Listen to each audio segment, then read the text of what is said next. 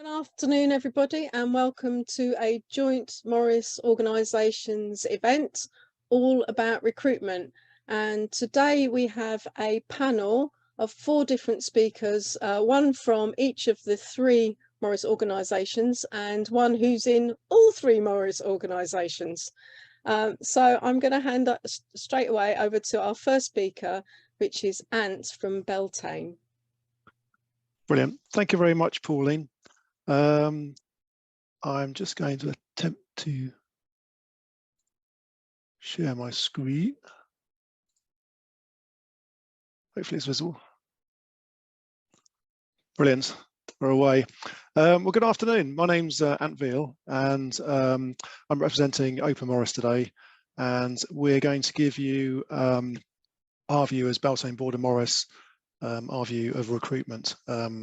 I think the talk will take probably 15, maybe 20 minutes max. But do give me a nudge, Pauline, if I do start rambling. A tiny bit about me first. Who am I? My history in Morris started in 1989 when I moved to Norwich, went to the University of East Anglia and joined Yare Valley Morris, which was mostly Cotswold with a little bit of Border and Molly as well. And I was squire. It was a sort of joint squire foreman role for a year in 92, 93.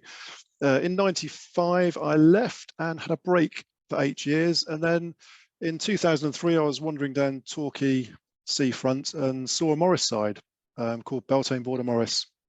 I was impressed with what I saw, joined, and I've been there ever since. So I've been foreman for them for 4 years. And since 2016, I've been squire, which is a joint role. It's a large side, so we share the role between more than one person. So a quick overview of my presentation today. A little bit of introduction about what I'm going to talk about. I'm going to focus on 3 sort of areas of focus, really. We've just conducted a joining survey just to see how people join, why people join Beltane. We thought we'd share that. And then I'll explore some of the recruitment avenues that people followed. And also, we've got a big following on Facebook that we built up over the last 14 years. And I was just going to communicate some of our experience with that. Right, so a little bit, people laugh at me sometimes because at work I do numbers. So here's a few numbers about Beltane. It was formed in 2000, originally as a women-only side, Iron Maidens, but opened up to all in 2001 and became Beltane Board of Morris. And since then, it's grown steadily year on year with a couple of significant blips in 2011 and 2016. In 2011, the side broke into 2 and the Rats were formed, Isambard Gasket Rats, another border side, slightly different. And then Beltane grew again, had another sort of blip in 2016, which I'll talk about as part of this talk. And currently we've got 40 dancers, 7 melody musicians and 9 drummers. So it's a large side, 56 members, but we do have a large turnover as well, which is interesting, 15 to 20% annually. It's partly because I think we get a lot of people who've never done Morris before and they do it for a few years, do something else, or have kids move, life moves and that sort of thing. So very broad age range, 19 to about 75, I think. We perform 3 traditional dances, 1 local dance to South Devon and 16 dances that we've created ourselves. And at present, because the side's very large, we've capped new membership to 6 max for 2023.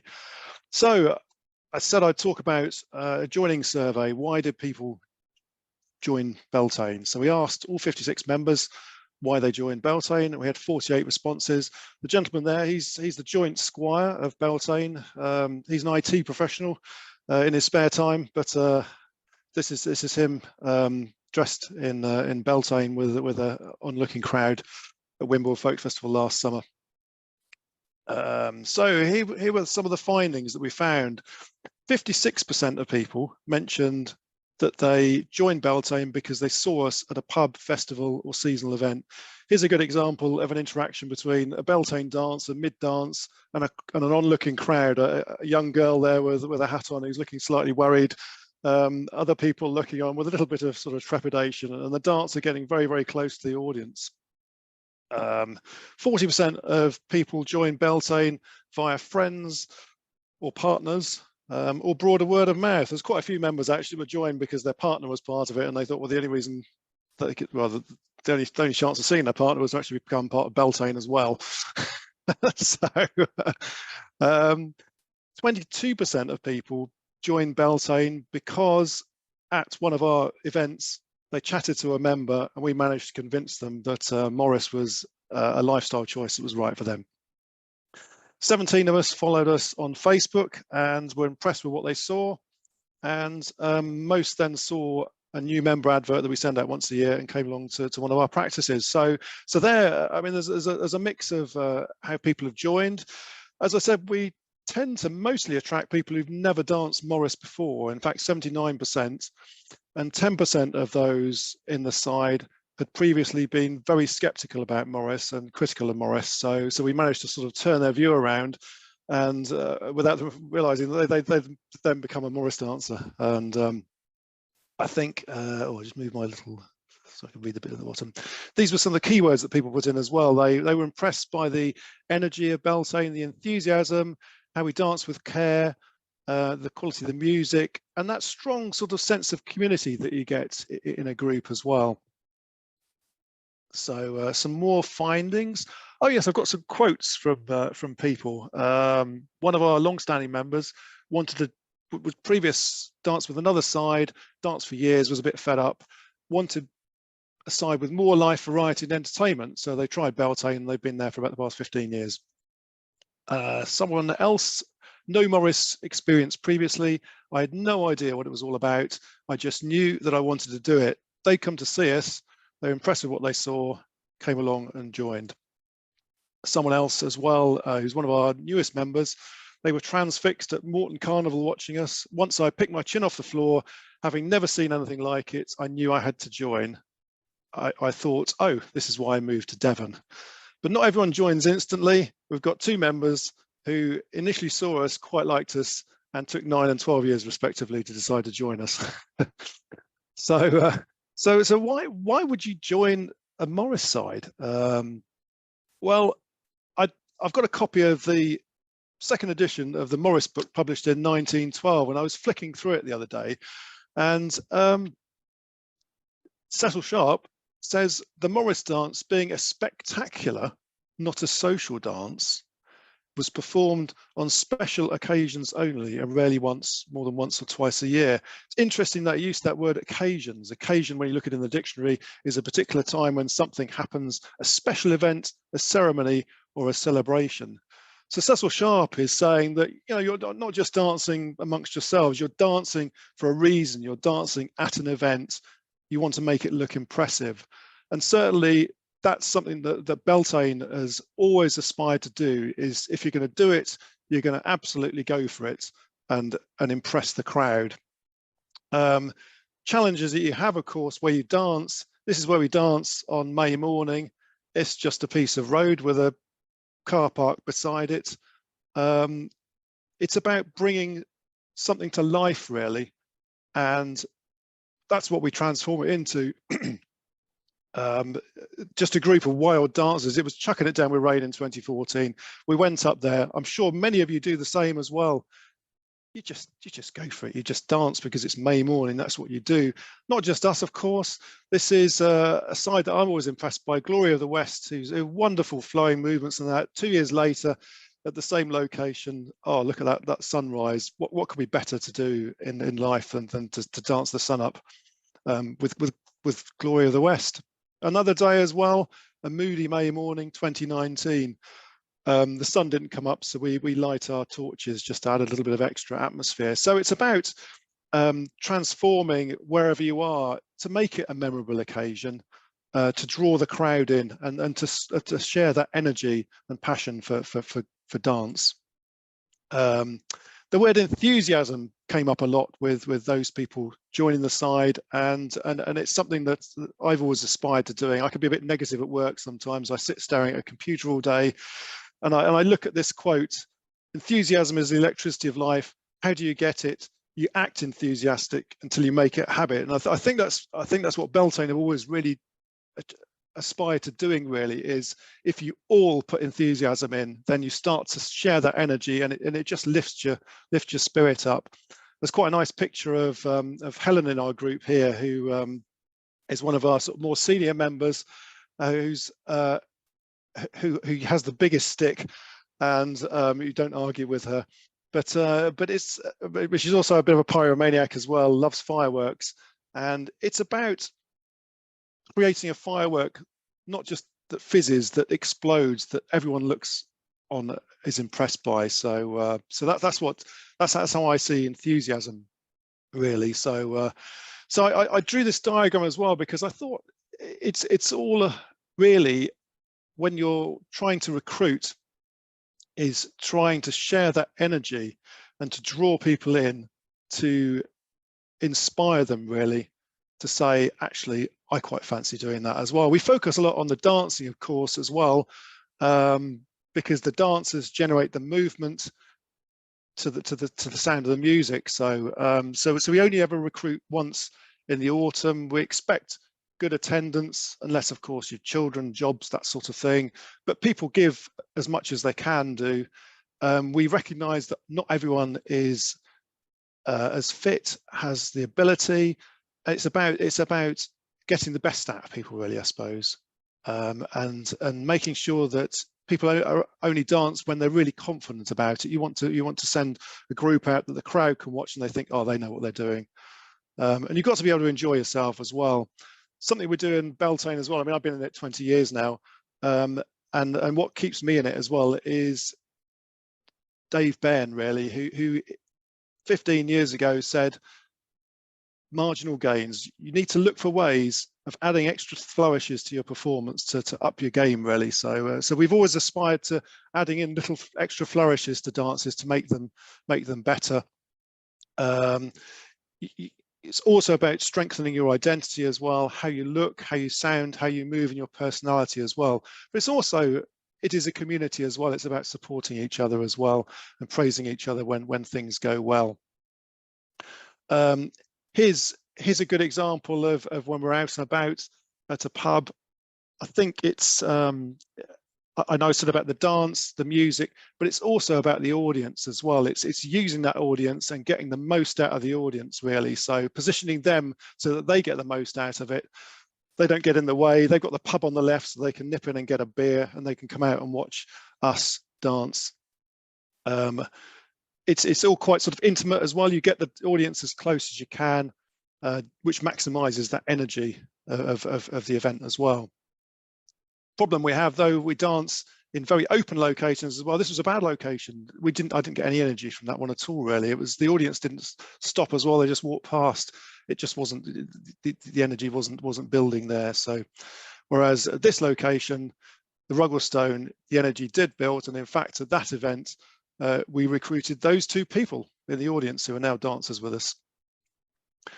So yes, it's about maximizing that sense of energy, framing the event so that you've music, dancing, dancers and audience all in close proximity. Make sure you're the center of attention. You're not just a sideshow. You're there to give impact, to draw the audience, to hold the audience, inspire them, tap into their imagination, and make them want a piece of the action as well.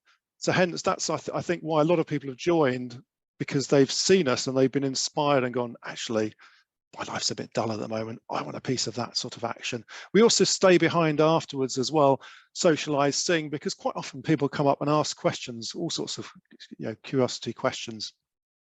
So really, that maximize that sense of occasion. You want to build buzz, really, I suppose. Buzz is quite a good word. That feeling of intense enthusiasm, interest, excitement, or exhilaration, and make sure that the audience is a core element of everything you do when you're performing. Very quickly, three sides that I admire. The Witchmen, in particular, they mentored Beltane in the early days. We got a lot of our inspiration from Terry Dix and Linda Dix for sort of style and how we presented ourselves.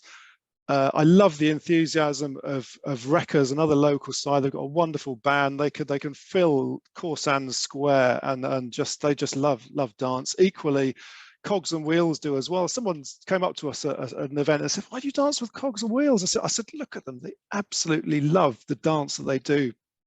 They're completely passionate about it. Look at their faces. It's wonderful. Lovely the diversity of it, of what we do as well." So we also a good way of promoting yourselves is through postcards, through business cards as well, and CDs. So it's helped keep us afloat financially. We have quite a few people who, for one reason or another, are struggling financially, and I'm a great believer that Morris should be free at point of use. So we do our best to help them to get to events, because it's, they're as valuable to us as anyone on the side. So hence that side of things helps to support and increases the inclusivity of the group as well. It means that those can join that might not be able to afford it otherwise. And then the social media, moving on. I know we've probably got 5 minutes left. So Facebook, we entered the world of Facebook in 2009. More recently, Instagram. Did a little bit in Twitter, but aren't doing much with that at the moment. So Facebook took a few years to get the hang of, really. We had a sort of modest fan base of a few hundreds for several years, up until about 2016. But we found that it was a great way to extend your reach and make friends around the world. We had other sides around the world who asked us about our dances and now dance some of our dances. And we did build a strong, enthusiastic following by making sure our posts were positive and uplifting as well. We always ensure that everyone's wearing full kit. We don't do any sort of behind the scenes sort of stuff. We think carefully about how we word what we do. We carefully pick photos that really sell the occasions that we're going to do to promote people to come, and summarize events afterwards. And we also like to share the work of our fans as well. We've got some brilliant people who take videos of us and take photos of us, and it's nice to share their work as well, because it helps them out as well. Posting little and often works best, and keeping it timely. As soon as the event happens, get it online. One thing that we did have, though, on the 1st of May 2016, Maggie, who looked after our page for many years, put a video on this. I won't play it because it'll probably break my computer, but it was an incredibly powerful video, very simple, just us doing our fire dance. But it was at dawn. People woke up, all these hundreds of fans woke up, shared it, and it went crazy. 7.2 million people watched it in total. We had 1,800 people comment on it, dozens of messenger messages, and our followers jumped up to 10,000. And May Day seems to be the day when people wake up and go, "Oh, it's 1st of May. Oh, yeah. Oh, Morris dancing." We've never had anything like it since. But it jumped us from sort of being, there in the noise to being sort of, we were the sort of the moment back then. So we had dozens of requests to join the side. We had 30 new dancers at the first practice. We were a bit overwhelmed, really. But what we were able to do was to say, sorry, we can't cope with everyone, but why don't you try these other Morris sides as well? So we used it as a mechanism to sort of inspire people to try other Morris sides as well. So we've never had anything since that. Just very quickly, our demographic, 3/4 of people that follow us are women, identify as women, and most are, there's very few under 35, really. So I think that's an interesting thing for the future, really. I know my kids use TikTok and don't use Facebook because old people use Facebook. So it'd be interesting to see how in the coming years, if you're trying to target younger people, how best to target them. This is the last 3 years of activity on our Facebook page. 2020, like most Morris sides, we just pretty much closed down, didn't do anything. So the line's completely flat until we suddenly started posting for the spring equinox in 2021, and then did something on the 1st of May, and it went completely crazy. And then didn't do much for the rest of the summer. The following May, we had a more modest peak, and then through the summer, we've actually got better at posting sort of on a sort of semi-regular basis, and we've kind of gained momentum again. But it's sort of interesting that the 1st of May is a great time if you're trying to recruit, get a message out there, get some good pictures out there, and people will follow you. Facebook, although it's virtual, you can create quite an intimate atmosphere with it. I think sometimes is a good example of a photo that someone took at our wassail there of me blessing the apple trees with a few onlookers. It's also, as I said, a great way of encouraging people to come out to your events or to at least follow you, share with your friends. What's this bit? To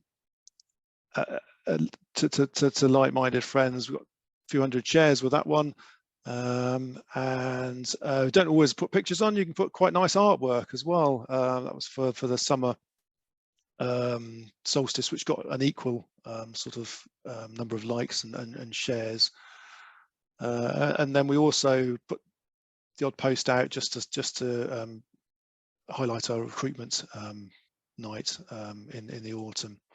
So overall, Facebook has been good. People can feel the energy as well online, which is interesting. The energy is amazing. I would love to attend a performance celebration. What would be the best way to find the information? That looks a whole heap of fun. More power to those merry Morris men. That's a bit of an old stereotype, and women as well. How may I learn more about it? How can I become a part of you? So there you are. You're sort of recruiting online there without doing anything other than putting some pictures and a video on. So and here I love this one. This seems a bit like a Morris dance. Well, that's exactly what they are. The clues in the name. Border Morris dances. Okay, just a few closing remarks about recruitment. We'd encourage any group to work together as a side to always exude as much energy, confidence and enthusiasm as you can muster, because the crowd will soak it up, and if they're in the right mood, they'll want a part of it, and that's where I think that's where you're gonna recruit. A good place to recruit. Make the most of every occasion. Make the most of your audience as well, and that's both in a physical sense and an online sense. I think we've quite enjoyed running the Facebook page, because we've made loads of friends on it, and we've met up with people. They've come across the Atlantic to see us, and at times. But above all, enjoy yourselves, and hopefully you can inspire others to join you. Thank you very much for listening. Brilliant. Thank you very much. And questions? Oh, hold on. Am I still muted? No. Questions for Ant, please. Helen. Hi. A quick question. Well, two questions actually. Do you charge subs, and if so, what? How much do you charge? And also, do you use Twitter at all? If I answer the second one first, we do use Twitter, and in fact, we've got 800 or 900 followers. But I think it's one of those things where you need someone that knows how to do it really, and has the time to do it. So our Twitter page is there, but it lies a bit dormant at the moment. It'd be nice to sort of revive it again. I think sometimes you can link sort of Facebook to Twitter to Instagram. We've got an Instagram expert who was actually, I think, recruited via Instagram. So yes, it is there, and I personally think it would be good to revive it again. But again, it's we put more emphasis on the Facebook side and the Instagram side, I think, because the following is much larger, and we have the sort of the ability to do it. In terms of the sub side, I think 1 year we did charge a modest sub, but I'm certainly a great believer that that money shouldn't be a barrier to anyone doing Morris dancing. So we've managed to keep it free. We do, wherever we're out, we do put a collection round, and any money goes straight into the account. We've been successful as well with CDs. We've got a lot of people who weren't really musicians when they joined the side, and we've sort of through a couple of members gently encouraged people to sing, to play, and realised that actually it sounds really good. And we've created CDs and they've become very popular. I think our most recent CD, we've printed 1,000 copies, and we've sold about 700 of those over the last sort of 18 months or so. So it's so it costs £1 or so to create, and we sell them for £5. We don't make we don't want to charge too much, really. It means that it's affordable to a lot of people, but it does mean that it keeps practices free, so that although we have to pay to travel and stay at festivals, actually attending practice is free of charge for members. Okay, we've got Malcolm, Born with her. Hi, just checking you can hear me. I've had some sound problems. Yep. Okay. When you post on social media, do you post just on your own page, or do you post to local community groups or any other groups beyond your own site? It's mostly just on our page. Occasionally we'll advertise through pubs.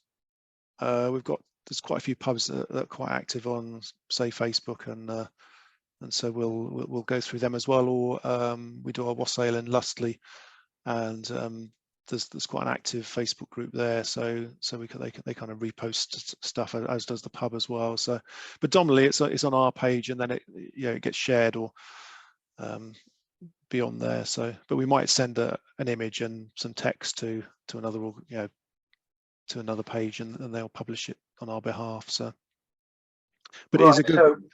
So when you try to sort of spread the word about your page and things, it's kind of organic through word of mouth rather than through any particular actions that you take. We publish all our events on the website. It all goes on the Facebook page. I don't know whether Liz, you want to say something? Who's our festival bag? But yeah, it's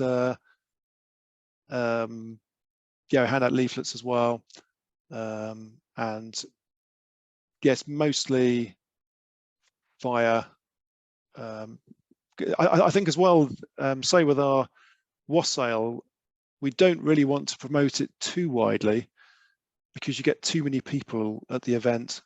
Right. It's nice to have 100. It's nice to at a kind of a fairly sort of intimate event like that, where it's an orchard in a village, to have villagers there, to have their relatives and friends and us and our friends there, and not sort of the whole world, because there's very little parking in some of these places, and you can get overwhelmed. So it's kind of, sometimes you recognise. I mean, it'd be nice to advertise it very widely, but actually you can be overrun, and it suddenly becomes unmanageable.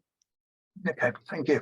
Thanks. And then we're going to come back. Dan from Glastonbury is going to talk about social media a bit later as well. So any quick remarks now from Liz, then Nigel, then Tom.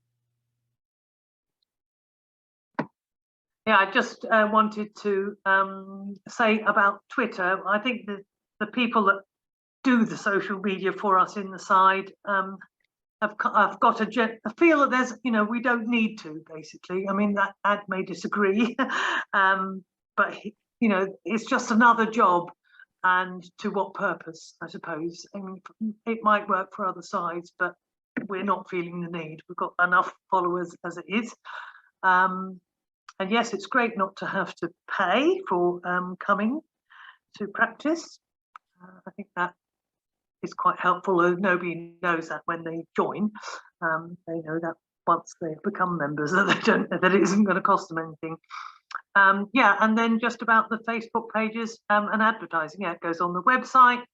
We have somebody who takes care of that, and two other people that post regularly on the Facebook page and all the events, and I answer all the messenger queries. We get quite a lot of messages, some really daft, some quite sensible. I try to answer all of them nicely. So yeah, that's it. I don't think we do any more. It seems to work so far. Brilliant. Thank you, Liz. No, I'm sorry, I'm only hurrying up because we've run out for this 25 minutes. So Nigel, have you got anything? Oh yes, thank you for that. This is just a very quick question, because I know nothing about Morris down in the deep southwest. How many other teams have you got within your sort of catchment area, if you can call it, if I can use that expression? Just, is there a lot of competition down there, or? Yeah, there's quite a lot of border Morris actually. Yeah, within half an hour of us, there's probably a dozen Morris sides, say, because we kind of where we are, we're within reach of Exeter, Torbay, most of South Devon, and Plymouth. So and parts of Dartmoor as well. So there's yeah, there is quite a lot of competition. I did do some stats actually on the population and the number of Morris dancers, and I think that there's kind of a higher portion of the population that do Morris dancing down here than the sort of national average, I think. So, but I mean, sorry, more. I mean, because of my ignorance of the geography as well, I do apologise for that.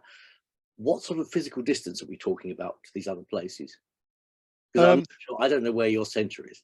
Oh, so our centre is in Chudley, and one of the reasons why we positioned it there is because it's within half an hour's drive of Exeter, Torbay, and Plymouth, which are the main sort of brilliant. Thank you. Population centres. Yeah. So if you position yourself in the sticks, then I always think people are willing to sort of drive about half an hour to practice. Most people, I know Liz sort of travels right the way across Devon, which is sort of a couple of, over an hour or so, but she's incredibly keen. But I think the majority of people are willing to sort of travel only half an hour. So it's trying to sort of position yourself where you've got the kind of biggest pool of people, I suppose. So yeah, interesting idea, be able to position yourself. There you go, but that's fine. But that was it. Thank you very much. Thanks, Nigel. Tom? Hi, very much a new boy when it comes to border. I've been Cotswold for a few decades now, and I'm very much enjoying the border as well. Just a quick question about the CD you've done, the CDs. Was that in a studio or at a performance or in between? We did one in a studio, but generally it's just whoever's got recording equipment will go around their house and naively think it won't take very long, and then it takes weeks. But I think it's a really positive thing, because all of our CDs have been a mix of the dance tunes and individuals singing tunes that they're sort of passionate about. So it's kind of you often get the same tunes, the dance tunes, on subsequent CDs, which are about 5 years apart, but the sound's quite different because you've got different members in the band and different emphasis on drumming, or have a fiddle instead of a recorder. So actually, I'd really encourage it, and they're good fun, and we get a lot of good feedback about them, and it's quite nice for people to take something physical away.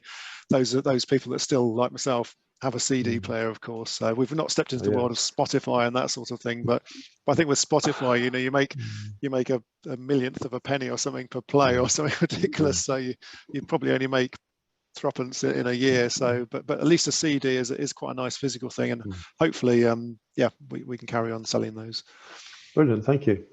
Thanks, Tom, and thank you very much to Ant. I have to say that first time I saw Beltane, I bought their CD. So thanks. That was several years ago now. Okay, thank you very much, Anne. And we're going to go over to Michael Stimpson now from Phoenix Morris. And Phoenix are a member of all the three Morris organisations. So, Michael, do you want to start your screen sharing? Right. Have I got that right, Pauline? It's okay.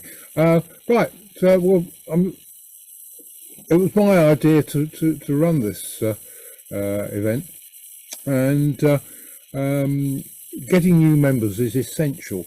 The side that stops recruiting will slowly die, and I've seen a number of Morris sides die for the simple reason that their numbers have dwindled. People die, people move away, people decide to give up. What do I do now? From beginning. Right. Try that. So there are a number of ways you can get new members. First of all is advertising. You don't need to pay for advertising, although some sides do put adverts in magazines from folk clubs, etc. But what you need to do is to send out, try that one. There we are. Send out press releases. If well written, your local paper will print it exactly as you who've written it include a photo or two. I used to send out press releases for Phoenix on a regular basis, and they all got totally ignored.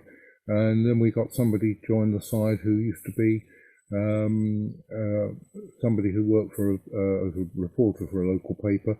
She started writing them, and they swallowed every one, and we got quite a lot of press coverage. So you need to send them out on a regular basis, but you need someone who knows how to write them. Social media, that's already been dealt with, and again will be dealt with later. Handouts. Have handouts ready to give out to publicise your side when you're dancing out. That is essential. You can print them off yourself using your printer at home. A4 is easy to print off from your own printer, but doesn't look very professional. A4 printed A5 or trifold. Some printers can print double-sided, and the same with A5 single or double-sided flyers. Phoenix have theirs printed on a professional basis, but quite a lot of sides are turning to postcard-side cards. They're easier to carry around with all side members having them. Professionally printed cards can cost in the region of £62 for 1,000 or £129 for 5,000. So you can see that there's economy of scale there. So don't put anything on there that is going to get out of date. So for instance, don't put your the dance out dates on there, because they will become out of date fairly quickly. Direct people to your website. Most sides have a website. So you need a photograph of your side on one side and details of where and when you practice on the reverse, with contact details, website address, and how to book your side for events, as well as reasons to join. Next one. Sorry, this is only the second time I've used PowerPoint. Reasons to join. The three main reasons people seem to want to join is it keeps fit, keeping a tradition alive, and social interaction. That means that the side all get together and do things other than Morris dancing. Phoenix have an annual dinner every year, and next weekend we're joining in with a local council quiz. We've got 2 tables there.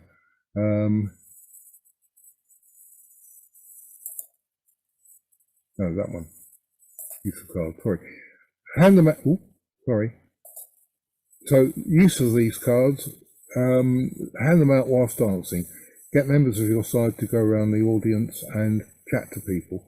Leave in places with permissions, such as local libraries, taxi ranks, pubs and cafes, surgeries, community centres, I spelled that wrong, sports clubs, and anywhere else in your locality where they can be seen and picked up. Recruiting whilst dancing. Local pub nights and events. Not folk festivals and dance outs away from home, although of course have your cards with you in case somebody expresses an interest. We were dancing at Swanage a couple of years back, and somebody was watching us who came from Watford, which is the next town over from us. Involve members of your audience. Get them to join in on a dance, give them a simple dance, and then chat to them afterwards about coming on to a practice night. Have a go night. It is essential to organise these well in advance, publicise it well through the local press and posters in local notice boards if you've got them. Have tea and coffee available. Welcome everyone who attends and let them see what a nice lot of people you are. Duke of Edinburgh Award. This is a great way to recruit new members, because people are looking for things to do to earn their Duke of Edinburgh Award. And we discovered that Morris dancing counts. We've recruited 3 new members, and one of them brought his mother along. So we've now got 4 new members, resulting out of the Duke of Edinburgh Award. He had to bring his mother along because he was 16 when he joined. So we said, well, you're welcome to come to practice, but you need to have an adult with you. A good percentage will stay with your side even if they go to university, which is a distance from you. The one I mentioned earlier is now at Southampton University, but still dances with us. And another one went to university, has now left and still dances with us on occasion. Giving talks. Now, if you give a talk, you can give a talk to U3A and the local church. All sorts of organisations are looking for people to give talks to their members. Letting it be known that you can provide a talk via your website and on your cards is a good way to earn some money for the side, because you can charge for giving a talk. We charge £50, and you have the possibility of recruiting new members. Take your cards with you. What you do here is you agree to do a talk. You turn up, in our case with me to do the talk, 6 dancers to do the dance, and 1 musician, so you only need 8 people. Unless you've got 8-person dancers, of course, in which case you need the extra 2. And again, we've recruited people for this, but the usual thing is that we've earned some money for the side and turn up to these events and have the opportunity of recruiting people. Turn up with enough dancers, as mentioned earlier, to form a set with a musician. You'll need a slide projector, which is how I used to do this, or a computer projector and screen. Now, computer projectors can be expensive, so if you contact your local county councillor, you can ask for a grant under their locality budget. And if you get that, then the locality budget will pay for the projector, which you can plug into your laptop, and using PowerPoint you can use that as a slide display rather than the old-fashioned my wife says that nobody has slide projectors anymore. I've got 2, but then I still think Windows 3.5 is modern. You need to have a talk that is split into bits, so you can talk about the history of Morris, the different types of Morris, and the history of your side and what it does. And if you collect money and donate it to charity, which we do, you can mention that as well. And this talk can be split into 4 parts, and in between the 4 parts, the dancers that you've taken along can perform, which makes it a very interesting evening for the people that have booked you. Recruiting is a job for every member of the side. Pauline said earlier that Morris dancers were outgoing by nature, but that's not necessarily the case. I've got a couple of people in my side that won't say good to a goose. But whether you're dancing out or giving a talk or having a go, everyone needs to talk to people about joining your side and stress that you have fun while keeping fit and keeping the tradition alive. Oh, I think that's the last slide. So it is something that every side member needs to try and get involved in more than others. Some of the side will be more active in this area than others. Others will not want to do it. But make sure every side member has got postcards or leaflets on them, and if they start talking to people, get them to come along to a practice night. Thank you, Pauline. I think I'm within my time. No, you're perfect. Michael, do you want to stop screen share now? How I can do it for you. Let's do that. I think. There we go. Oh, there we are. Stop screen. Right. There we go. Yeah. So I've actually, while other people are thinking of questions, I've got one. You mentioned the D&V. So how do you actually send someone into your local sixth form schools, or how does that work? Yes, we sent leaflets around to the local big schools and asked if we could leave our leaflets in the sixth form common room, and that's how we got them. All right. So, and Thank you, Michael. Other questions for Michael? They seem to have been quite successful in recruitment, haven't you, Michael, lately? How many people have you got in your team? 40. 40, yeah. Oh, Helen. Go on, Helen. Just a question about the Duke of Edinburgh Award thing. Presumably then you have to all, or some of you at least, have to some kind of safeguarding training. Is that correct? If they're under 18, we ask them to bring their parents with them, which they've always been happy to do. Okay, thanks. And that way we recruited a mother as well.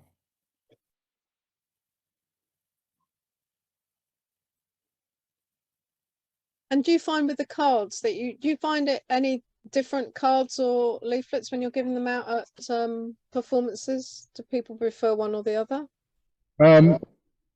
I think that the cards are a much better idea. Our next leaflet will be in postcard form. At the moment, we've got two-sided A5, which we had 5,000 printed, and we've still got about 1,000 left. So we're getting rid of those and going over to cards. Yeah, you mean business card size? Or do you mean postcards? Postcard size. You have Postcards. the side on one side and details of how to contact the side, the website details, where you practice, how you can contact us if you want to dance out, and information about joining the side. Randall?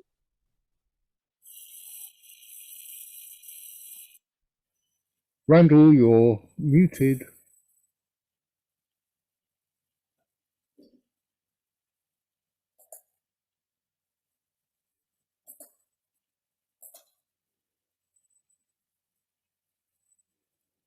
Randall, you're muted.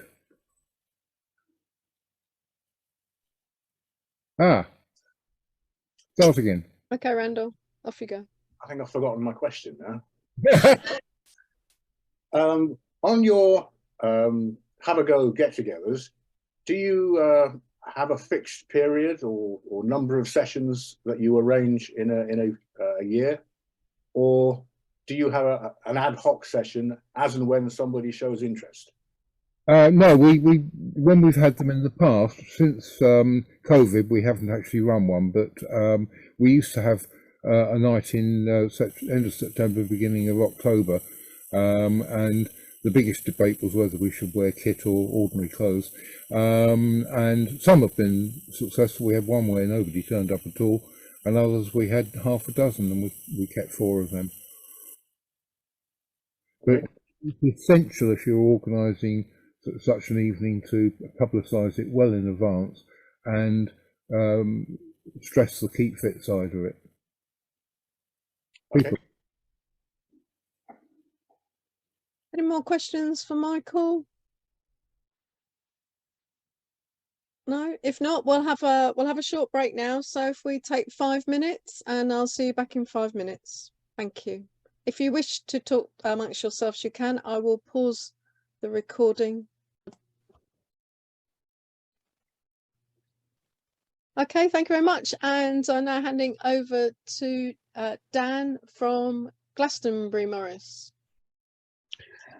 Thank you. Yes, it's lovely to see so many people here, and obviously Tom and Mandy who've been joining us fairly recently, and this is something that's lovely to be invited, and thank you to all the other speakers. I picked up some really good tips.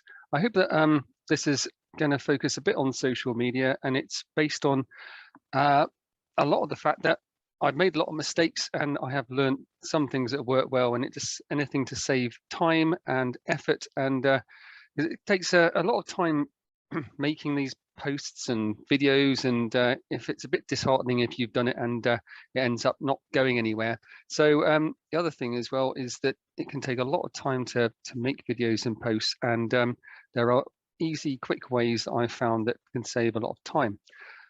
First one is that if you're using Facebook, like most of us are, if you're not using Facebook Business Suite, then I very much recommend doing it. It's something you can get as an app on your phone, or you can go onto the website, and it very quickly shows you how you, it's called the Meta business site now, but it can give you some really good idea about what posts worked well, when people reacted and engaged with them, that's either like or comment.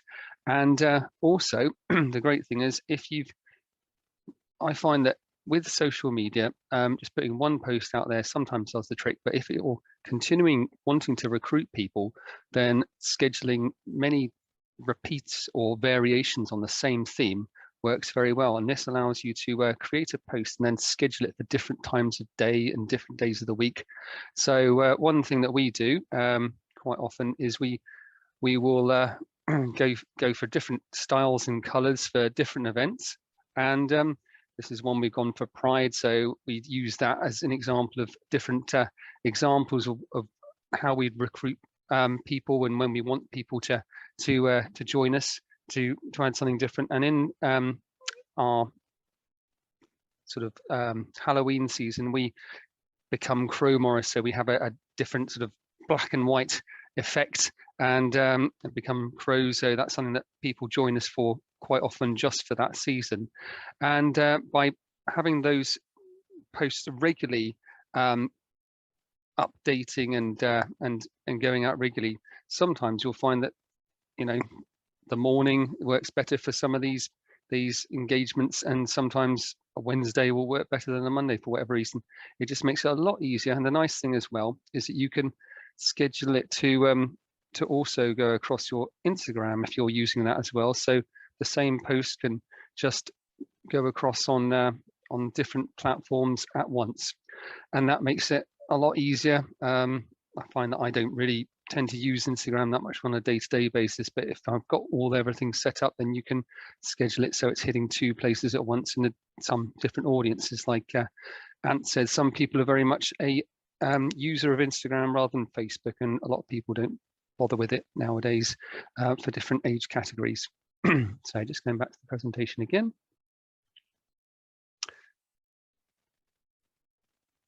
The other thing that's I find is really good way to, you can look at these analytics and actually see that after a year or so, you get some really good insights. And actually, a lot of the engagements came not just from sort of local areas, but all over the UK, and we seem to have quite a good following in America. Now, I'm sure that Beltane and some of the other groups are finding that their reach is all over. And even if people aren't actually able to come and join you as a side, you basically build up an online audience of supporters who post and share your stuff all the time, and that's a great recruitment tool.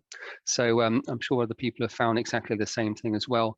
So just keeping those posts interesting and varying them.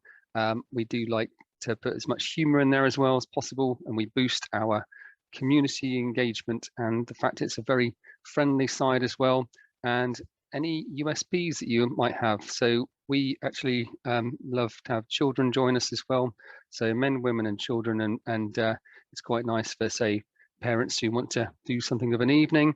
They can come and bring their kids, and they can either join in or just enjoy sort of playing with the kids can play together while they come out, which is really family orientated. And we've had quite a few parents join us, and it's great for them to get out and engage like that as well. And also a lot of musicians as well have joined us, and they've really joined in the orchestra that we form now, and we've got a great sort of 10 musicians who sound fantastic. And like Beltane as well, it's amazing. The more musicians you've got creates a really great vibe and energy, and that transfers onto the dancers and then those videos that you've taken afterwards. I did try experimenting with some Facebook adverts, and I'm sure other sites have, and with mixed results. You can quite easily spend 20 or 30 quid and it might end up getting to a further reach, but do people actually turn up? And I found that really it's just easier to ask your audience to share your posts to your own social media, their own social media pages.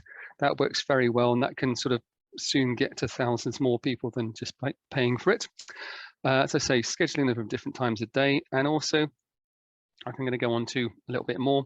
Quite a lot of these social media platforms allow you to be able to post to different social media platforms in one go. So I find that TikTok's a very useful one just for making a quick, simple video, and that can just, once you've got it, you can share it very easily as well.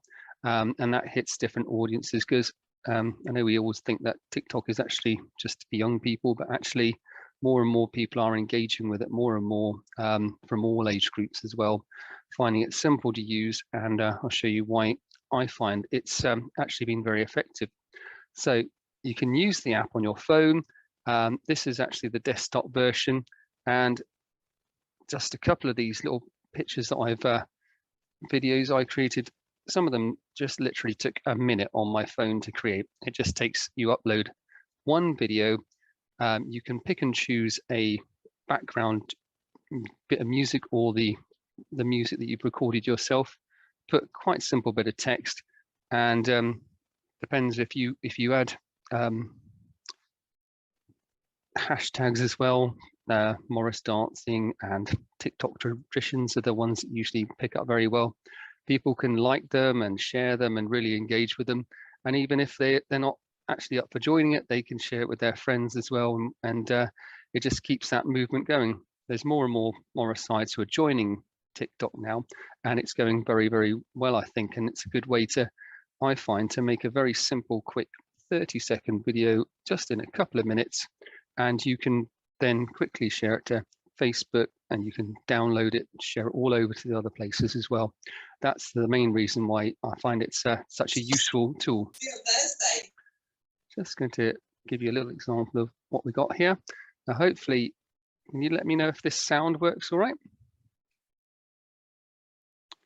Anyone say if that works right? You have to click on that thing and then just, yeah, no, it's not working. Okay, cool. Thank you.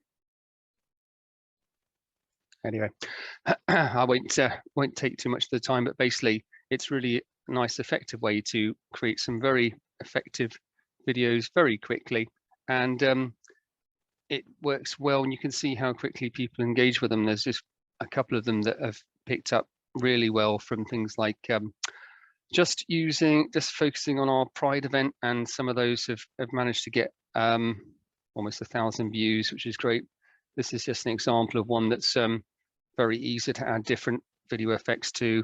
Some of them, you know, might be cheesy, but I find that people just like to see Morris dancing with different effects, and engage people of different levels, and think, oh, that's interesting. Anything that stands out is good. And also I find it's really helpful when you actually you can quite easily overlay some really contemporary chart music or dance music, and people really love to see Morris dancing with different background music. They're like, oh, right, this is actually quite cool. I'm gonna get into this and explore more. And they realize how wide-ranging some of these amazing dances that we all do, and helps get that new audience. Just going back to the last section here as well. I haven't given a huge amount of YouTube use, but I have found that if you can ask your local community, if there's anyone who does have the skills to use to create YouTube videos, it's very, very effective. It's something that doesn't, I did spend about £50 to get someone to actually make some videos for us, and that was money well spent. But other people in your local area might be happy to do that just as a sort of more of an experiment, just as some experience. So this is very useful to have those videos up there. But we've now got some people who want to come along and just film us, and it's wonderful to do, and they can do all that sharing. And they're great show reels as well, so you've got some good engagement with here. And if you don't already use it, there's something called the YouTube Studio, which allows you to just monitor how much of your videos are being observed with and how they're doing. And you can change your channel and modify them as well, and upload stuff from there as well. So I do think that asking your local community for experts is one way that they might not be dancers or musicians, but they love to do it for their own experience and skills, and for their own CV. And speaking to local sixth form or art colleges as well is one thing. Some people might want to do that as a project, as an art project or an IT project. So that's a very useful skill as well. And just a little tip that I've got as well. I think Ant mentioned all the merchandise and everything else that's used. When we do these wonderful performances, it's great when you can sell badges and things and people can take things away with them. And I found that there's this site that I use a lot called Big Cartel, where you can put up very simple items for sale. And we've just got some mugs here. You can list 30 up to 5 items for free. And we've just got a mug, but you could put your CDs on, your other things like badges on there as well. And it links into your PayPal account very simply. And it's not that well known, but a lot of these other sites and other things are really complicated to actually get up and running with websites. But this one is very simple. You can even use an app if you want to, and it just makes life a lot easier to go along and use it. So I do recommend that. You can add discount codes and, you know, half price for your own members if you want to. And it just links in here for, we haven't had a huge amount because we sold out of these quickly, which is good news. But it's very easy to sell badges and mugs and just keep that money coming in, but also having more products and t-shirts and things out there, putting your name out there and your identity means more engagement. So if there's anything else that you need to have advice for, then I'm happy to give advice as well. And I'll probably give it a bit of a rest there as well, but so that there's more chance for people to have questions as well. And if there's anyone else who has anything specific, I'm happy to follow up after this finishes as well.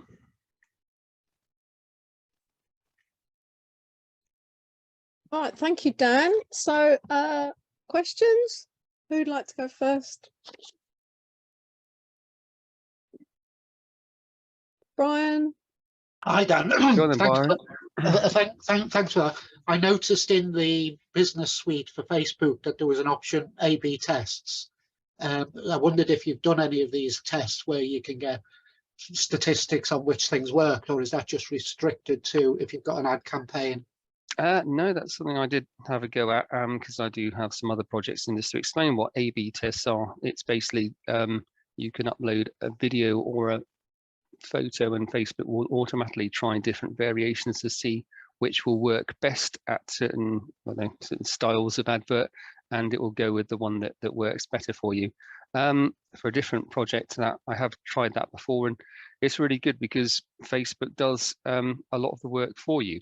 So it will by uploading a couple of videos, it's all about different types of engagement. I would say, as Brian said in his workshop this morning, people really do love videos. Anything that's short and sweet, to the point, that grabs people in the first couple of seconds really take off. They're not so much on sort of reading a great amount of text. So they really do work well. Yeah, I think that's true, Dan. And Morris ought to lend itself perfectly to videos, oughtn't it, really? So anyway, over to Ant. Thanks very much. That was a great talk, Dan. So it's good to hear that that you're sort of family oriented as well, because we've sort of stepped into the world of families a bit more, because when my kids were young, they stayed at home, but we've got a couple of kids that come along to practice now, and they're quite entertaining. But my question's related to TikTok, actually. It's something that my kids use all the time, and they're sort of obsessed by watching these little videos and that, but I know nothing about it at all. But I was, and you were saying that it's really easy to record and just upload videos, you know, in a matter of minutes. We use the Facebook Insights quite a lot. Is there a similar sort of thing with TikTok where you can sort of track sort of how successful videos are and who's watching them and when? There is indeed, yes. This is a desktop version, which is on the laptop. But on your phone, it will show you how many people have viewed it, and then inside you'll also have how many people have engaged with it. And a lot of people who, if you are going to put a video up there, what we want people to really do is not just like, but also on their phones, you can save, you can follow the person, so that every time they're notified when you've posted a new video, and that sort of means that people, it will crop up more and more in what people call their For You page. So if you like something, then you'll just get lots of things that TikTok thinks you're going to enjoy, however accurate that is or not. But if you like a lot of Morris dancing stuff, then you should start to see more stuff by Beltane and similar Morris groups, and the wonderful Morris Federation videos as well, of course. So it does give that feedback that so many people have played, but when you on your phone as well, it will give you the insights into how many people have engaged with it. Oh, so it's really good. So it will sort of connect you up with other Morris dancers and Morris sides, and sort of build a community. So there is quite a community on there now, is there? So there is more and more, and hopefully I encourage people to join it, even if you're not planning to post that much stuff on there, because it literally is just so simple to this thing. I just had an existing video, quite simply adding a bit of text at the top, and then you can download it and share it, and it all just links across so simply to other platforms. When you post it there, it will give you the option to put it instantaneously onto Instagram and Twitter if you want to as well. Hit them all at once. And could you just click on that #Morris dancing tag so we can see the things that are aggregated under that, and the 7.5 million views? And look, it's the wrong type of Morris dancing. Yeah, you might get quite a lot of, as I think Brian mentioned earlier, American, I think they called it fluffy dancing, that sort of, pom-poms and everything like that. But generally, there's getting more and more of our type of Morris dancing over here as well, which is picking up well. Sometimes I'll just put it in for all sorts of random stuff, but 7.5 million views of this type of thing is good. Brilliant, thanks. Thank you.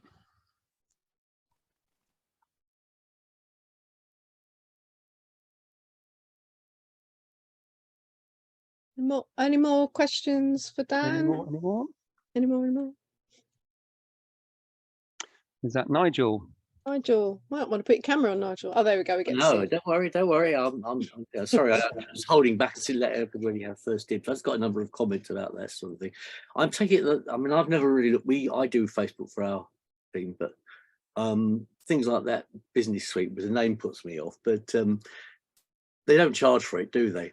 Because that's no, it's free. It comes out of the advertising revenue that you may or may not give to them as a result of it. Yeah, it all comes up free, and I recommend downloading the app onto your phone, which is free as well, nice and simple. Okay, and my next question was, this might be interesting if anybody else is the sort of social media board for a particular side.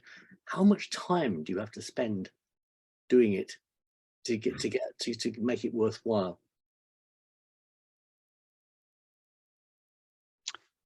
That's a good question. Let's have a think. Thank you. It depends on.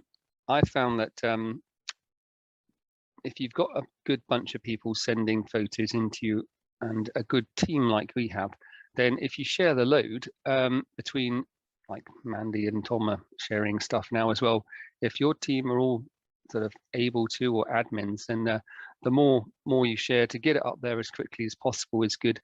I'd say, like, I know, half an hour to an hour a week is quite good for the amount of stuff I would do. But if other people are able to do it as well, the more the merrier, and to make sure that it's not just yourself doing that, and if other people are capable, making them administrators as well on your Facebook page is really helpful.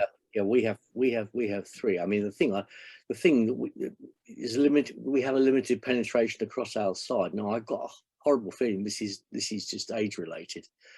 That it's nice to see the younger sides here, and we have members of all different ages, but largely at the higher end of the scale, and most of them don't even use social media. So this is the other thing. I think the three of us use social media, and two of us are reasonably active on it. And we have one of our newest members has actually taken over on that, doing a lot on that. So it's an interesting point, though, what you're saying. But thank you, I appreciate all that. My pleasure. Other sides might have different experience with it, but I'd love to know what they are, basically. Yeah.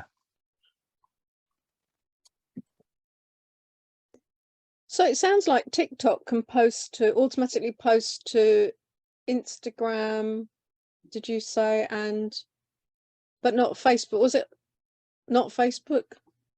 So, yeah, we can do Facebook and it can do Instagram all in one hit, which Oh, it can. saves a lot of time and effort. So you shouldn't need to use, so if you just use TikTok as your interface, that could be it. It could be. Just trying to bring it up as well, but it's up to you. It's always good to have a little bit of a mix between the two of them. But when you've made a nice simple video, it's good to be able to save having to post it all over the place, really. Yeah. Any more questions for Dan? Just a comment, really, Dan. Well done. Just thinking about the earlier talk where we had the age range, etc. The more, and this Duke of Edinburgh thing was really interesting. So the more younger people we attract by using things like the Duke of Edinburgh, the more people we'll get who are into these social media, you know, like TikTok, and will probably be able to help us. So I think it's a really good idea to encourage as many young people as possible if some of the older people in the side are feeling a bit nervous about it. That was just my comment.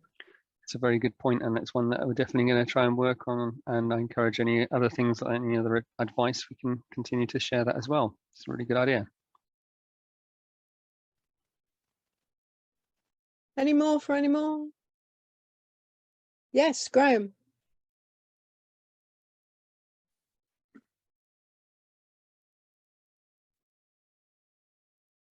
Sorry, you need to unmute, Graham, if you want to ask a question. Can everybody hear me now? Yes. Okay, good. I'm interested in these conversations about age-related, and particularly the last speaker, Dan. What evidence do you have that these really short-term promotional devices like TikTok and Instagram and Twitter have actually produced members for your side? I have a real suspicion that I have a real concern that they don't. They get you out there, they get promotion, but it seems to me that with a lot of these, the attention span of so many people is so damn short, a matter of seconds or a minute at the most. I wonder if that's really the sort of audience that gets you members. Thank you. That's a good point, and it's one that certainly I think gets attention initially, but it takes quite a few videos and posts in combination with that to get someone to actually think, right, this is something I'm really going to engage with and want to join as well. I think really just well chosen videos and useful information with the relevant links about how to join is the key, rather than just putting it up there just to say, look, here we are. And I think that it just means that there's so much out there, particularly on Instagram and TikTok with these ones. A lot of people are on Facebook, but just having something that quickly engages you in the first 10 seconds makes people find out more and stick with it. And it just find it's something that was reflected by Brian's talk this morning at 11 o'clock, which I encourage everyone else to watch as well. Yeah, I'm not disputing the fact that you get exposure this way, but how many new members have you gained from this exposure? That's the measure of success after all. Yeah, I think I had over the time 3 or so people who never used Facebook who found us on Instagram, who've contacted us. That's my own experience. But I think overall with social media and videos, we've had sort of half from recruitment, half from various sorts of social media, and particularly the ones that picked up on Instagram are the ones that spring to mind myself. Well, we've got a queue of people now, so maybe they've got the answers to this. Thanks, Graham. Good question, though, Graham. Liz, you're muted. Liz, you're muted. Sorry. I've got just a short comment to add to that with regard to that recruitment, because when we put our annual little recruitment post on Facebook and Instagram, we get a stream of sort of comments. Oh, I'd love to come, and blah, blah, blah, and I'm coming. And actually, I did a little analysis or kept a record of who had names of people who had made a comment that they were going to come to our recruitment day. And in fact, none of them came, not one. We did have lots of people that came to the recruitment, but they hadn't commented. I don't know if there's, that they just obviously saw it or came by another way. I think some by word of mouth from friends and so on. So it's just interesting that those who had kind of made an instant response, oh yeah, you know, we're coming, none of them did actually come in the end. So I don't know how successful it is, but I think you have to just, you know, try all means and media. That's exactly it. And one thing that I found has been really useful as well is that this Facebook Business Suite allows you to set up automatic replies, so everyone does get a reply quickly. Because if people reply and or comment and they say, right, okay, we're interested, you actually can quickly see all those comments and then say, please do come along to our session on Wednesday, between whenever. And also with the messages, it's not just me who see them, we've got a couple of other people who have access, and it's actually a case of just chasing up, saying, you know, you made a comment and you obviously like us, please do come along. And actually that actually grabs people, and it's a lot easier to do if you've got the app. And thank you. In fact, while we've been talking here earlier today, between the two things, we've had a new musician contact us as well. So just having those videos coming up, and it really does pay to keep a good eye on it. Yeah, thank you. Tom? I am a product of this newfangled social media thing, joining a team. The thing that got me, I looked at a few teams locally, and the thing that got me to join Glastonbury was it was dead easy to see who to contact, where the practice was, and when. And it was as simple as that. It was no messing. I didn't have to trail through some website and try and find contact details. It was right there. And that's why I joined Glastonbury. Great. I'm glad it worked well. Thank you. Thanks, Tom. Cheers. I've got a couple of, we need to move on soon, but Malcolm and then Ant. Yeah, hi. Right, it's a quick question. Our side, should we say, tend towards the upper end of the age demographic. Has anyone got any insights or thoughts on how to get younger members, younger recruits to a side which is already fairly old, or all the members are fairly old? Do you want to take that at the end, as that's a generic question, or does somebody, one of our speakers, want to answer that now? Yeah, please go ahead. If anyone has any ideas, please do volunteer them. I mean, it's a problem that social dancers suffer as well, but it's very much a problem for us.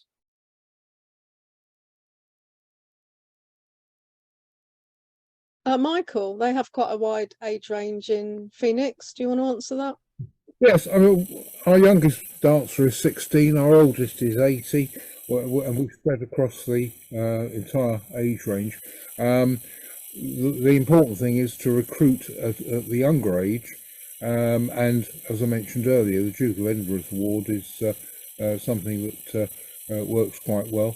But getting people into the side when you're dancing out is also a good way.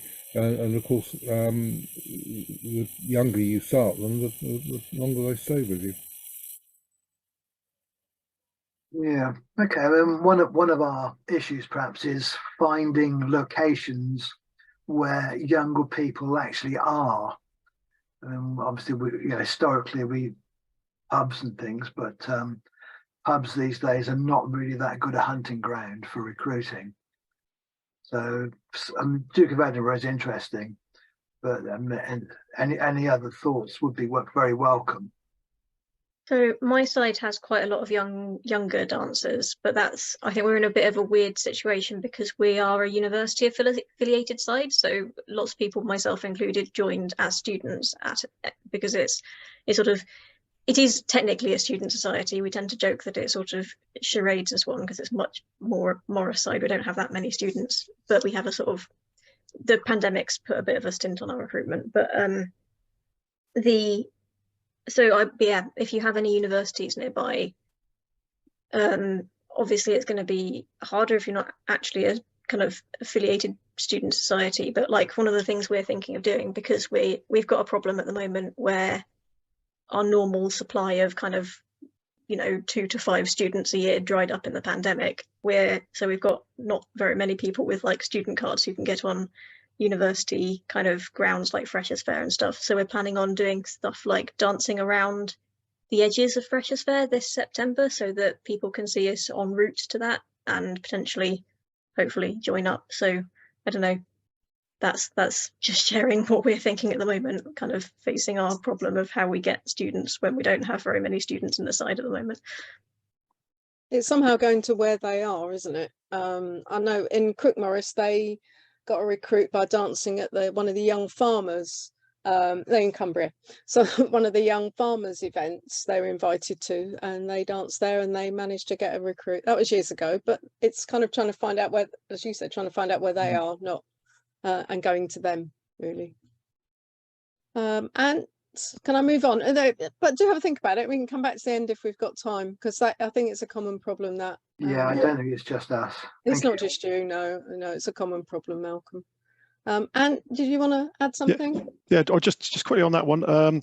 So about 15 years ago, Beltane was getting a bit older, but we were invited to dance to Beautiful Days Folk Festival, which was a wider sort of folk festival, and we managed to recruit some younger people from that in their 30s. So, and with regards to the proportion of people that joined because they saw something on Facebook, about 1 in 6 Beltane members joined either as a primary reason or a secondary reason because they saw us on Facebook. So actually, in terms of attracting people through digital means, then that's been quite useful for us, and it has tended to sort of perhaps be people in their sort of 30s and 40s, sort of maybe at the younger end. Would you agree, Liz? I don't know. I think so. It has been useful for us, but obviously it's the way that you kind of market yourself, I suppose. So package it up. Thanks. Yeah, 30s and 40s would be young for us as well. Yeah. Oh, good luck. So. Yeah, that would be good for lots of us, I think. Yeah, thank you. Right, we need to move on, and I'm sorry we've squeezed Ollie for time now. So can we move on to Ollie Simons from Peterborough Morris, please? Yes, hello. I don't have a presentation or anything, but I will be just sharing my screen at one point just to show something. So I'm going to start off with associations to local organisations and other things, other local things that you can do within your club, because it is great to go along to major folk festivals or further afield, or days of dances elsewhere, but you are going to struggle if you are trying to recruit from those events, because it's going to be very difficult to find someone who's there who's actually from your location. So it's very important to focus your recruitment on your local area. Now, all of our speakers today have said this in a way, but I think it's good to just start off with the phrase, and it's something that we try to do in Peterborough Morris, is that recruitment is not something to think about in September or October when you're about to get back to practice. It's something that should be in your mind throughout the whole year. So when you're practicing, when you're doing Boxing Day dance outs, May Day, pub nights, the whole thing, that is when you should always be thinking about recruitment, because you never know, someone might come along and you need to be there and prepared to tell them the information that's needed. Great, so moving on. So in Peterborough, I'm just going to touch lightly on social media because I know we've done a lot on social media and it's great. But in Peterborough, we've got 3 main social media accounts which are run independent by just some people that live in Peterborough, they're called We Love Peterborough, Everything Peterborough, and Prouder Peterborough.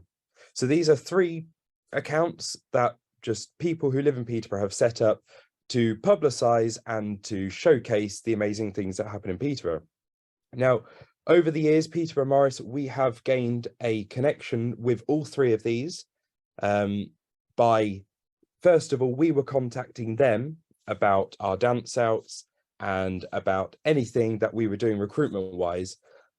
But now we've got on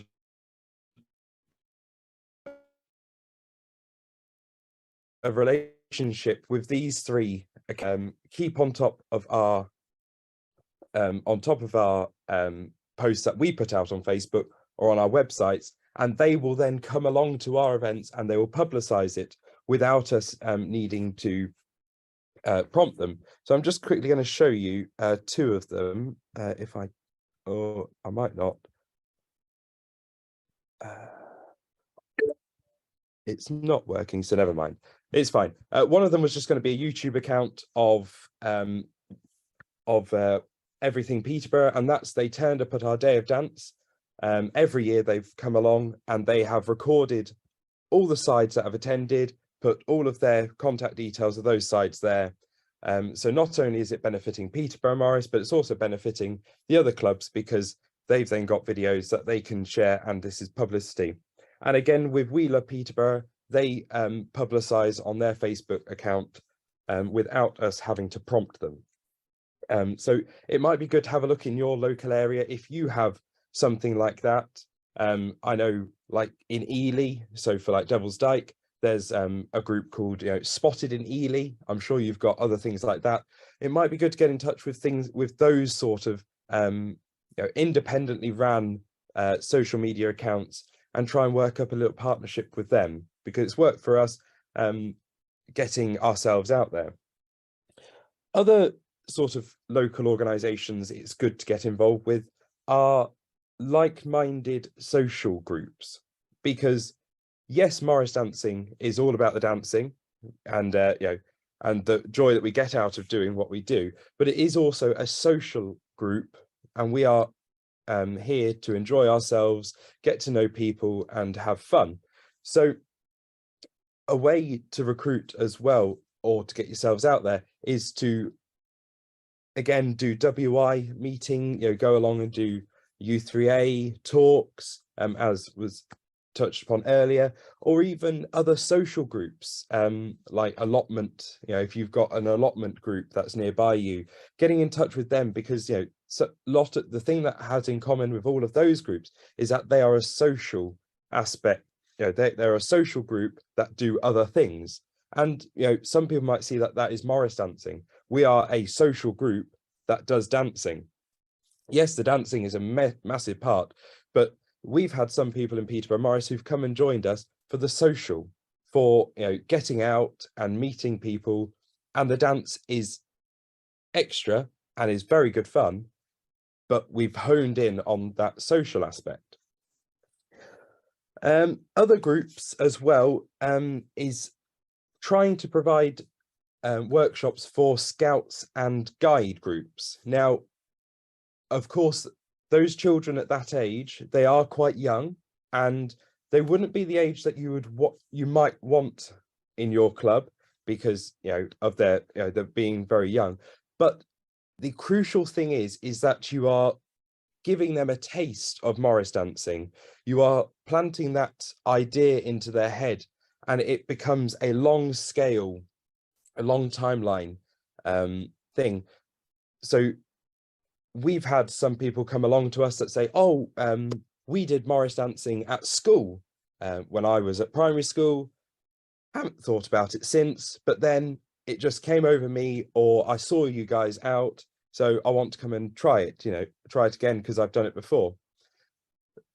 One thing that I do want to just quickly touch upon is that, so that linking with, you know, doing things for scout and guide groups, is that just because your recruitment campaign now doesn't work, doesn't mean that in the long run it hasn't been successful. Just because, you know, you get people come along but then they don't stay, or you don't actually get people come along for your recruitment evening that you set up, doesn't mean that they aren't going to continue the Morris or join a Morris team later on. It's setting that seed in their mind and getting that thing going to drive someone to join the Morris. So don't be disheartened. This is something that I've always said at Peterborough Morris, is that, you know, it'd be great if, you know, when we open the doors for our taster evening, you know, hordes and hordes of people come in and they stay forever. That'd be amazing. But I always say, don't get disheartened, you know, if no one turns up, or if someone turns up but then doesn't come back again, or only comes for a little bit, because you never know in the long run that it might actually have been a successful thing, and just at that moment in time it wasn't for that person. So going back to local things, it's very important, as I said earlier, to be a public face in the community, in your local area. One thing that Peterborough Morris we strive to do is that we try to dance in the city centre quite a lot. We've got a lovely new up and coming city. They're developing it a lot, and we always try to dance out in the city, 3 or 4 times a year, different points of the year as well. We do our Boxing Day dance out, our May Day tour, as well as our Day of Dance in September, and maybe a few other things across the year, as well as pub nights that we try to do in the city centre as well. And then from dancing out in the city, that's where we got the Wheeler Peterborough and stuff like that connections. So, and also, as I say, dancing in your local area, you're more likely to pick up somebody who is likely to join you. But going back to my point of, just because your recruitment wasn't great doesn't mean someone else's recruitment isn't successful. If you are out on a day of dance and someone talks to you, don't be dismissive that they are not going to be able to join your club, because the aim of the game here is to keep Morris dancing going. If we can keep Morris dancing going and another team benefits from this person, that's amazing. And they might always thank you for it. You never know. One project that Peterborough Morris took part in a couple of years ago was a village just outside of Peterborough called Maxey had a village fete, and they wanted to have their own Morris dancers. So they got in touch with us, and about 8 or 10 men from the village came along. Well, we went to them, over the course of sort of 4 months, giving out 3 or 4 workshops on how to do Morris dancing, and which they then created their own kit and went out and danced at their village fete, which was the end goal. Now, unfortunately, Peterborough Morris we didn't gain any members from that, but we have still gained contacts with them. We've stayed connected with them, and for some of them, they still had a youngish family, but they always have that idea that they would like to get back into the Morris. So that's what I'm referring to earlier of, just because it didn't work then doesn't mean it's not going to work in the future. Some of the guys that came along to this project that we did, I have a feeling that in a couple of years' time, when their children go off to university or whatever, or they take a step back in their jobs, they might be looking for something to do and then go, oh, do you remember that time we did that Morris dancing for our village fete and Peterborough Morris taught us? Yes, let's go along to that. So as I say, even though it wasn't a clear win for us then, it might be in the future. Now, I'm going to add just a quick thing in. I forgot, it's sort of a late thing. So about public workshops. It's something that Peterborough Morris teamed up with Rutland Morris men in the October of last year, where we ran a public workshop on a Saturday, and we just billed it as a come and try Morris dancing. We didn't bill it as come and join Peterborough Morris or come and join Rutland. We did it as a come and try Morris dancing out for a couple of hours on a Saturday. We had about 8 people turn up. All but 1 or 2 were complete novices. A few of them had done it before. Over the course of the day, we taught them about 4 or 5 different dances, mixture of hanky and stick dances. And at the end of it, 2 of those dancers have gone on to join either Peterborough or Rutland, and with 1 other who's sort of still toying with the idea. But all of them enjoyed the day. Most of the ones who didn't go on to join a club saw it as just a day to try Morris dancing, just because, haven't done Morris dancing before, let's give it a try. So, but then a few others, it was very much the case of, this was a great day, thank you very much, but just that my circumstance right now means I cannot have the time. I do not have the time to commit myself. But again, who knows down the future that they might come and try it. Other public workshops that's happened. So Pigdyke Molly, who are a local Molly team to Peterborough, last autumn, they ran a charity sort of program.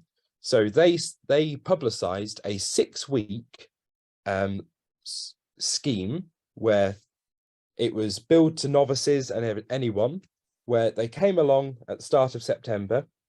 Then for 6 weeks, they learned their dances. And then at the end of the 6 weeks, they went out and they performed on our local heritage railway, and they collected for charity. So here's having an end goal. So it gave people who joined in with these workshops a sense of achievement, that they were working towards something. It wasn't just, oh, let's go along, do Morris dancing and see where I end up. They had a clear vision of, by the end of the 6 weeks, I'm going to be dancing out on it to public. Some of the people that did it have not continued dancing with them. They just saw it as a fun thing to do. But I do believe that about 2 or 3 of the people that joined in with this 6-week course have stayed and have now become valued members of the club. So it's giving, it gave people a timeline and a clear outcome to these practices. And as well, we've probably all seen that Boss Morris have literally taken Morris onto the stage and by storm with their performance at the Brit Awards.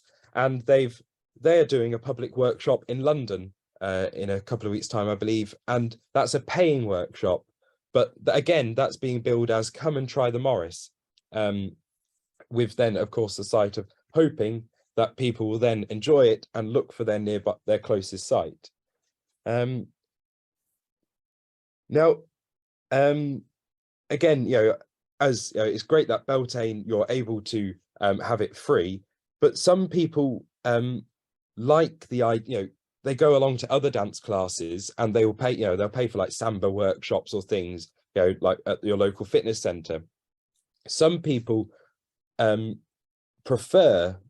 I've spoken to some people and they like the idea of sort of paying weekly or monthly for the idea of these workshops, because then they feel like they're putting something in to get something out. So it's not just that they're going along to try something, they're actually being more invested. And I know of a team that did a 6-week course, a bit like Pigdyke, but it was paid. So you paid, sort of like £20 for the 6 weeks. So people were putting in and it was being billed as a dance class, not as a Morris practice. It was being billed as, as a come and learn a dance. So very much like if you went to do a tap dance class or a modern dance, that same aspect. So I see that we are a bit tight on time. So I'm just going to move on to aims of practice. Now, I know the whole of this, today is about how to get people through the doors, but I thought we'd just quickly touch upon how, ways of keeping people, because, as I say, it's great when people come along, but the idea is, to keep them because that's what you need. And of course, each club you run differently. You will all run your practices differently. So I'm not, telling you how to run practices, but just a few ideas to maybe think about how to make them feel a bit more included. So no, rule number 1, never put too much pressure on a newbie. If they're completely novice, make sure that they feel welcomed and that they are pushed to do more than they think they can, but never too much that they are overwhelmed and they feel like they are in in the deep end of a swimming pool. Always start with an easy-ish dance, but has a high reward. So for Cotswold dancers, we've got hanky and stick stuff. We always find whenever we do a taster evening or a workshop or anything, we always find we get the best result when we do a stick dance, because you get that instant reward of hitting sticks to music and all in time. And for someone who's never done that before, it's ecstatic. It's amazing. It's like, wow, look at me, I'm dealing with sticks, and it's crazy. So we always try to do stick dances first with novices and then move on to the hanky stuff later on. Not saying that the hanky stuff isn't as satisfying or as fun to do. It's just that for someone who's never done it before, a stick clashing is more appealing. And it is always very important to have an open dialogue, an open conversation with your newbies to find out exactly why they've joined your club and what they want to get out of your club. We've had, over the past couple of years, we've had a member who used to be with us, 20 years ago, left, but has come back, and he, yes, wants to come and do dancing, but he's using it more as a social aspect, getting back out and coming to meet. So he's not too fussed about learning lots and lots of dances, as long as he's got half a dozen that he can do a couple over a dance out, that's perfect for him. Whereas we've had other people come along who have always been a musician in their Morris career, but they've come along to us as never danced before. So, again, we've treated them as a newbie, but we've prioritized, yes, okay, you can play our tunes, that's great, but you've come here as a dancer. So that is what we're going to be working on. Again, pushing them out of their comfort zone, but not too much that you overwhelm them. So it is very important to find out because every person that joins your club will have a different reason to why they've joined the club. Might be fitness, social, just something to get out of the house. So it's important to suss that out at the start, so you know how to help them in their Morris life. And as I said earlier, with the Pig Dyke workshops and with other stuff, having a clear target that you can give to someone when they join or a couple of weeks in, to really give them something to aim at. In Peterborough Morris, what we try to do is any newbie that joins us in the autumn, we like to try and get them out in kit for Straw Bear, which is in January. So we always give that clear idea of, by Straw Bear, which is, 3 or 4 months into the practice season, you will have, 2 or 3 dances that you can do, and you'll be out there in public. So I think it gives your newbie a sense of achievement and direction for them to know, not to push themselves too much, but they know exactly where they're going. And then once they've done that dance out, they might then all of a sudden want to learn loads more. And that's great. It's getting that confidence of performing out in public and performing what they're doing. And just something that we found that work again in Peterborough is having a clear practice program. So giving people a clear idea of what is going to be learned at practices, so that people can come with an idea of, like tonight we're going to be focusing on our double step dances, or we're going to be focusing on what our arms are doing. It just gives a clear direction at the practice for those newbies to know exactly what they're focusing on and what they are letting themselves in for. Well, I think that's everything from me. All right, thank you, Ollie. Lots and lots of good advice in there. Can I just kick off with a question about your your idea of the public workshops? Did you team up with somebody from the local council to offer that, or did you just do that off your own bat? How did that work? So the one that we did in October was between Peterborough Morris and Rutland. Rutland paid for everything. They paid for the hall hire, and a light buffet lunch. It was done completely out of their pocket, so it was a free to attend workshop. We just, of course, asked for people to sign up beforehand. But I think if you talk to community spaces, village halls, community groups, councils, you might find that there is some funding out there for such things, or art groups. If you've got an art fund nearby or whatever, you might be able to find some funding for things like that, especially with big things coming up like the coronation. It might be something to think about to try and coincide with that. Talk to your local council and see if you can get some funding for a coronation month workshop. I'm thinking more for the advertising as well, really. It's not you just yourself trying to advertise it. Then maybe the art, and if it's you teamed up with an art centre or something, then maybe they will help advertise it. Okay, who's next? Ben. Yeah, good one, Ollie. I like the way you spoke about what to do with the new member, and I've written some notes here, and it was exactly that. Some teams haven't had a new member for a decade or more, And it sounds odd, but they just don't know how to handle them. And I think it does take tolerance, patience, grace from all those members. So a couple of examples I've seen, a guy was on a conference call regularly in the evening to America. If you want a working person, that might be something you have to tolerate. You have him with that call or not at all. Someone I saw, by the way, I'm not speaking on behalf of Great Western here, just an individual disclaimer. I saw a young mum join a team, but that team was tight knit and they were all empty nesters, and she was late sometimes or brought her kids. She soon left because of that lack of tolerance from the side. My own daughter asked to join a side at 12. They said no. Tricolita said yes. So they've now got my daughter and my wife. And 12 is young, but it won't be long before she's 16 and a young woman. So, but there's 4 years there of possibly moody teenager to go through. So yeah, it's just that thing that when you get them through the door, you need that tolerance and maybe sharing lifts, or it does mean a disruption to the status quo of an existing team.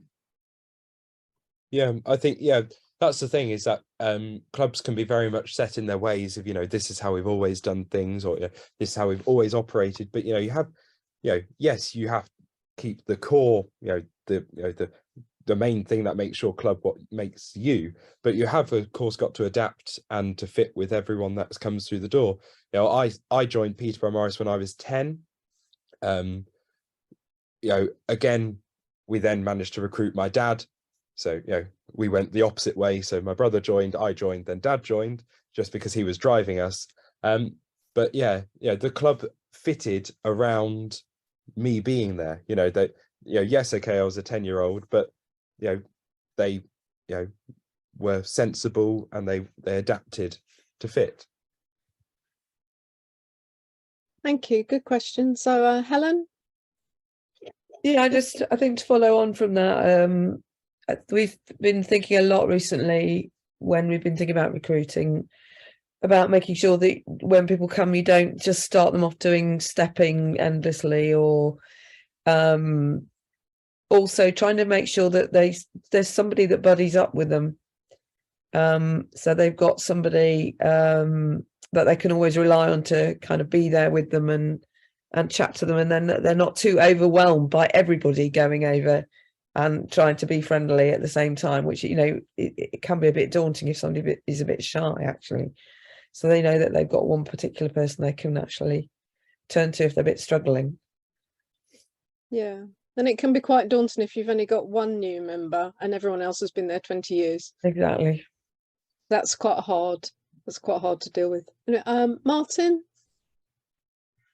Yeah, Ollie, I'm not being critical of you in saying this, but you use the term club quite a lot in what you were saying. And I just wonder, because this is something that I've thought of late,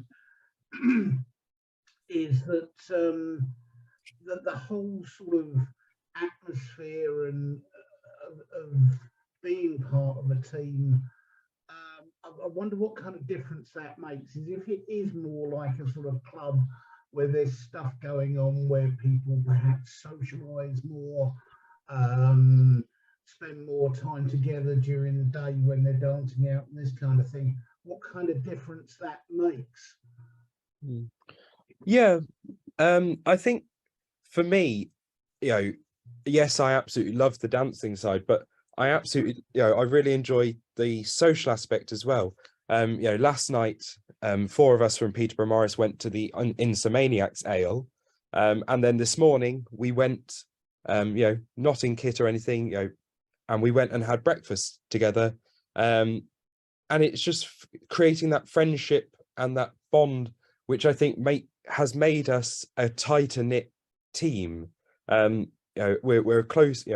We have each other's back. There's sometimes that one of us might be going through something. We are very much, yes, okay, we're a Morris dance side, but having the club, having that social aspect, I think adds to it, and makes us all feel more welcomed, and just feels more, I don't know, we're more together, and then it makes the dancing feel more together because we are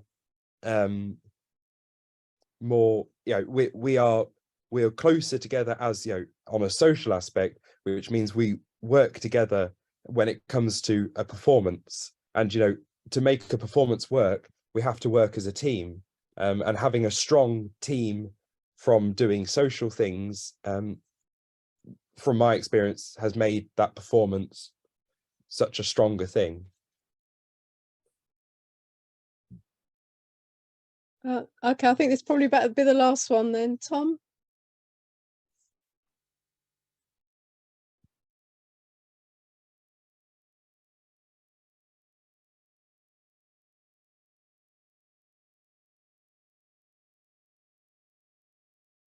I think you muted, or No, he's not muted, but I don't know why I can't hear him. I think he may have turned his microphone off.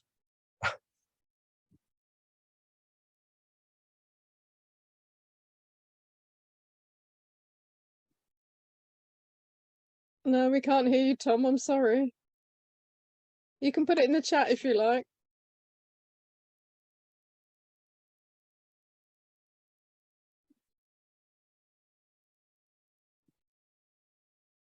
Can I just say Go on, that yes, Mandy. Ollie, I joined because I went to a Morris for the Uninitiated workshop at the Discord convention in summer. And then the lady who was running the workshop told me about the Morris Federation.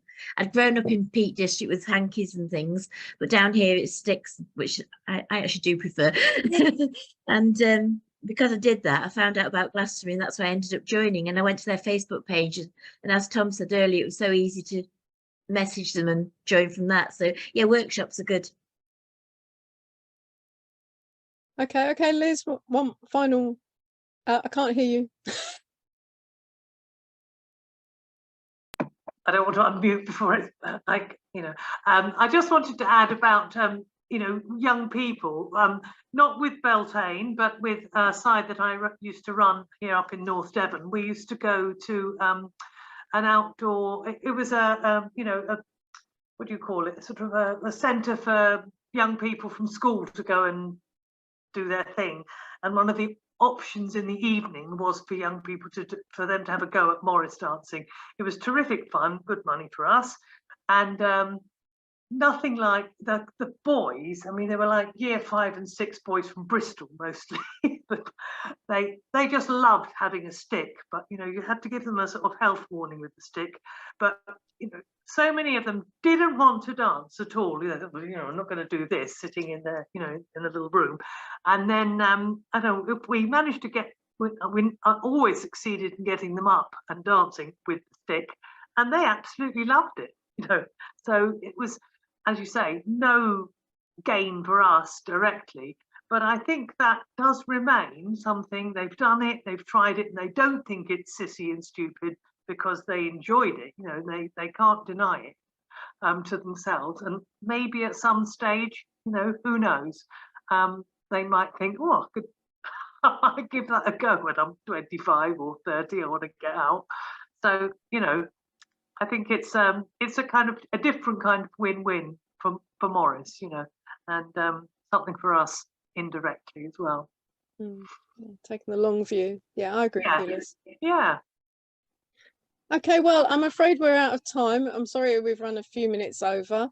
I'd just like to call on Nigel Strudwick to make some closing remarks, and then I'd like us to have a round of applause for everybody. But over to Nigel first, please. Okay, thank you, Pauline. You can all hear me, can't you? Yes, good. Okay, well, how do you summarise 2 hours in a couple of minutes? With great difficulty. If I don't mention something somebody said, no offence, it's just a lot's gone through in one ear and hopefully stuck in the middle. The thing that comes over most clearly, and I say this because you probably gather for the number of Devil's Dyke people here that we've concentrated very hard on recruitment. You've got to realise that recruitment is, to paraphrase the old expression about pets at Christmas, recruitment is for life, not just for Christmas, not just for September. Very, very important to work on it. And, I'm certainly hoping that Devil's Dyke, if we give our example under our new leadership team, will be kicking off for pretty soon. No one size fits everybody. We've got all the issues of, we've got urban sides like Peterborough, who have a different set of issues to those like my own side, who are out very, very rural. But there's a number of interesting things that really have come out of it. Now, obviously, there's a lot of stuff about social media, which I did want to mention that generally, really, because we've dabbled in it, but it's quite clear there's more, and I've learned a lot of things that we can try and do today. Other little things that came out, well, I mean, I didn't know the Duke of Edinburgh rules might work with Morris, but that's certainly something to look at. And some of these other ideas mentioned have also been picked up.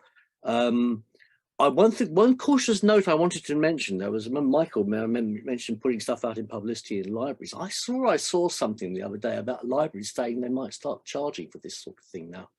You have to watch with anywhere that you have always thought to be free. In the current environment, may not necessarily become that way. You know, there's interesting issues being raised.